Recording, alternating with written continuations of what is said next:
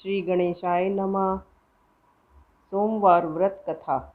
सोमवार का व्रत साधारणतया दिन के तीसरे पहर तक होता है। व्रत में फलाहार या पारण करने का कोई खास नियम नहीं है, किंतु यह जरूरी है कि दिन रात में केवल एक ही बार भोजन किया जाए। सोमवार के व्रत में शिवजी व पार्वती जी का पूजन करना चाहिए। सोमवार के व्रत 3 प्रकार के हैं। साधारण सोमवार, सौम्य प्रदोष व्रत, 16 सोमवार। यहाँ हम आपको साधारण सोमवार के व्रत की कथा बता रहे हैं। एक बहुत धनवान साहूकार था, जिसके धन आदि किसी प्रकार की कोई कमी नहीं थी, परंतु उसको एक दुख था कि उसके कोई संतान नहीं है। वह इसी चिंता में दिन रात दुखी रहता, इसलिए वह पुत्र की इच्छा से हर सोमवार को शिवजी का व्रत और पूजन किया करता था। शाम के समय शिव मंदिर में जाकर शिवजी के सामने वह रोज दीपक जलाता था। उसकी इस भक्ति को देखकर एक समय पार्वती जी ने शिवजी से कहा, महाराज, यह साहूकार आपका बड़ा भक्त है और सदैव आपका व्रत और पूजन बड़ी श्रद्धा से करता है। इसकी मनोकामना पूर्ण करनी चाहिए। शिवजी ने कहा, हे देवी, इस संसार में जैसा लोग कर्म करते हैं वैसा ही फल भोगते हैं। पार्वती ने कहा, महाराज, यह आपका भक्त है और उसको किसी तरह का कोई कष्ट है तो आपको उसका कष्ट जरूर दूर करना चाहिए, क्योंकि आप भक्तों पर दया करते हैं और उनके कष्टों का नाश करते हैं।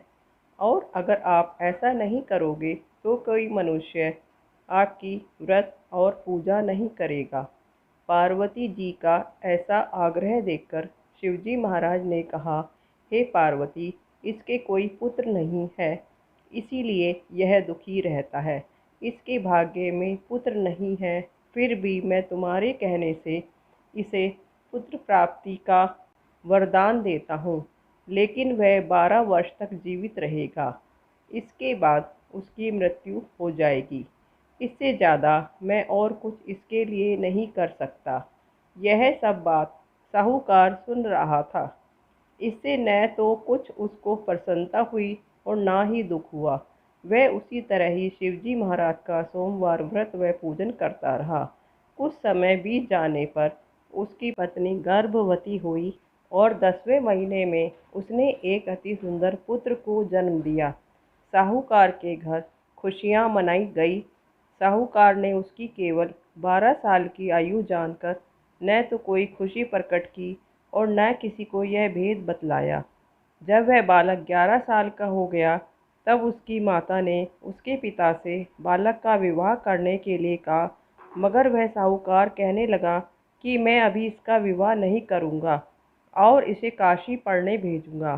फिर उस साहूकार ने बालक के मामा को बुलाकर और काफ़ी सारा धन देकर कहा कि तुम इस बालक को काशी जी पढ़ने के लिए ले जाओ और रास्ते में जिस जगह भी रुको वहाँ यज्ञ करते और ब्राह्मणों को भोजन कराते हुए जाओ।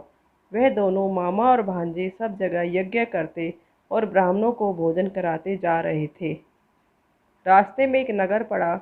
उस नगर के राजा की कन्या का विवाह था और दूसरे देश का राजा अपने लड़के का विवाह करने के लिए बारात लेकर आया था। वह लड़का एक आंख से काना था। उसके पिता को इस बात की चिंता थी कि कहीं वर को देखकर कन्या के माता पिता विवाह करने में किसी तरह की अड़चन पैदा ना कर दें। इस कारण उसने जब मार्ग में सेठ के अति सुंदर पुत्र को देखा तो मन में सोचा कि क्यों ना इस लड़के से वर का काम ले लिया जाए। ऐसा सोचकर राजा ने उस लड़के और उसके मामा से बात की तो वह राजी हो गए और साहूकार के लड़के को स्नान आदि कराकर दूल्हे के कपड़े पहनाकर घोड़ी पर बिठा ले गए और सब काम अच्छी तरह से हो गया।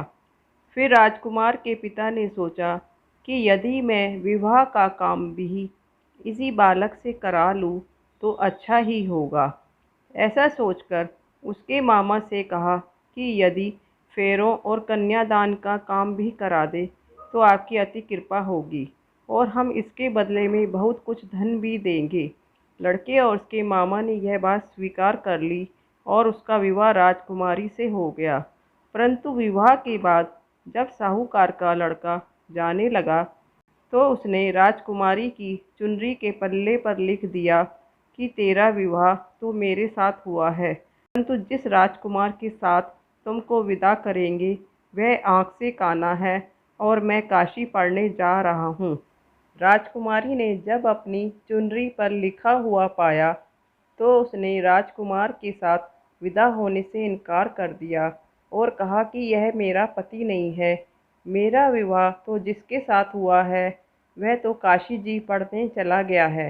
राजकुमारी के माता पिता ने कन्या को विदा नहीं किया और बारात वापस चली गई।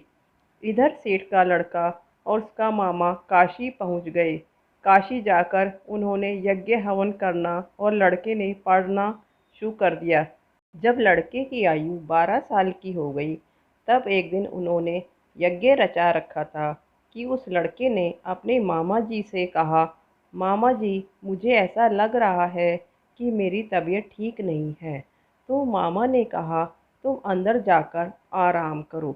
लड़का अंदर जाकर सो गया और कुछ देर में उसके प्राण निकल गए। जब उसके मामा ने अंदर जाकर देखा कि वह मरा पड़ा है तो उसको बड़ा दुख हुआ और उसने सोचा कि मैं अभी रोना पीटना मचा दूंगा तो यज्ञ का काम अधूरा रह जाएगा।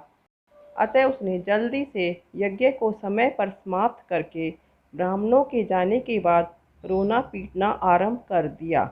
अचानक संयोगवश उसी समय शिवजी महाराज पार्वती जी के साथ उधर से जा रहे थे।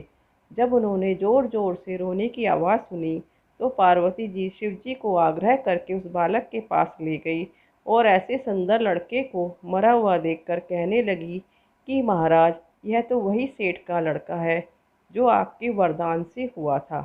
शिवजी ने कहा, पार्वती जी इसकी आयु समाप्त हो गई है।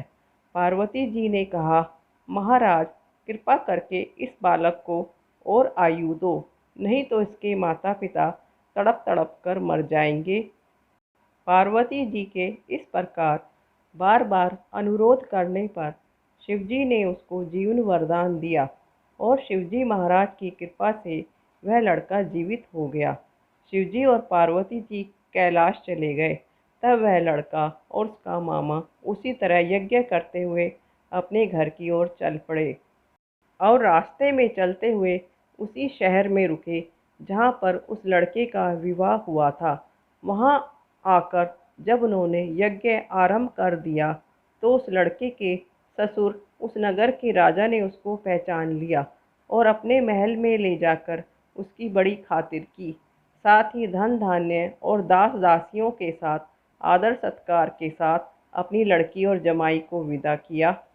जब वह अपने नगर के समीप आए तो उसके मामा ने कहा कि मैं पहले घर जाकर तुम्हारे आने की खबर दे आता हूँ। उस समय उस लड़के के माता पिता अपने घर की छत पर बैठे हुए थे और उन्होंने यह प्रण ले रखा था कि यदि हमारा पुत्र सकुशल घर आया तो हम राजी खुशी से नीचे आ जाएंगे, नहीं तो छत से गिरकर अपने प्राण दे देंगे। तभी लड़के के मामा ने आकर यह शुभ समाचार सुनाया कि आपका पुत्र राजी खुशी अपनी पत्नी के साथ घर पर आ रहा है। परंतु उनको यकीन नहीं आया। तब उसके मामा ने सौगंधपूर्वक कहा कि आपका पुत्र अपनी पत्नी तथा बहुत सारा धन और माल साथ लेकर आया है। तो सेठ ने बड़े आनंद के साथ पुत्र का स्वागत किया और बड़ी प्रसन्नता के साथ रहने लगे। इस प्रकार जो कोई भी पूरी श्रद्धा और भक्ति से सोमवार का व्रत करता है और शिवजी महाराज की पूजा अर्चना करता है या इस कथा को पढ़ता या सुनता है, उसके सब दुख दूर होकर सुख प्राप्त होते हैं और अंत समय में मोक्ष मिलता है। बोलो शिवजी महाराज की जय। दोस्तों, अगर आप इस चैनल पर नए आए हैं तो इस चैनल को सब्सक्राइब ज़रूर करिएगा और अगर कथा पसंद आए तो इसको लाइक, कमेंट और शेयर करिएगा। धन्यवाद।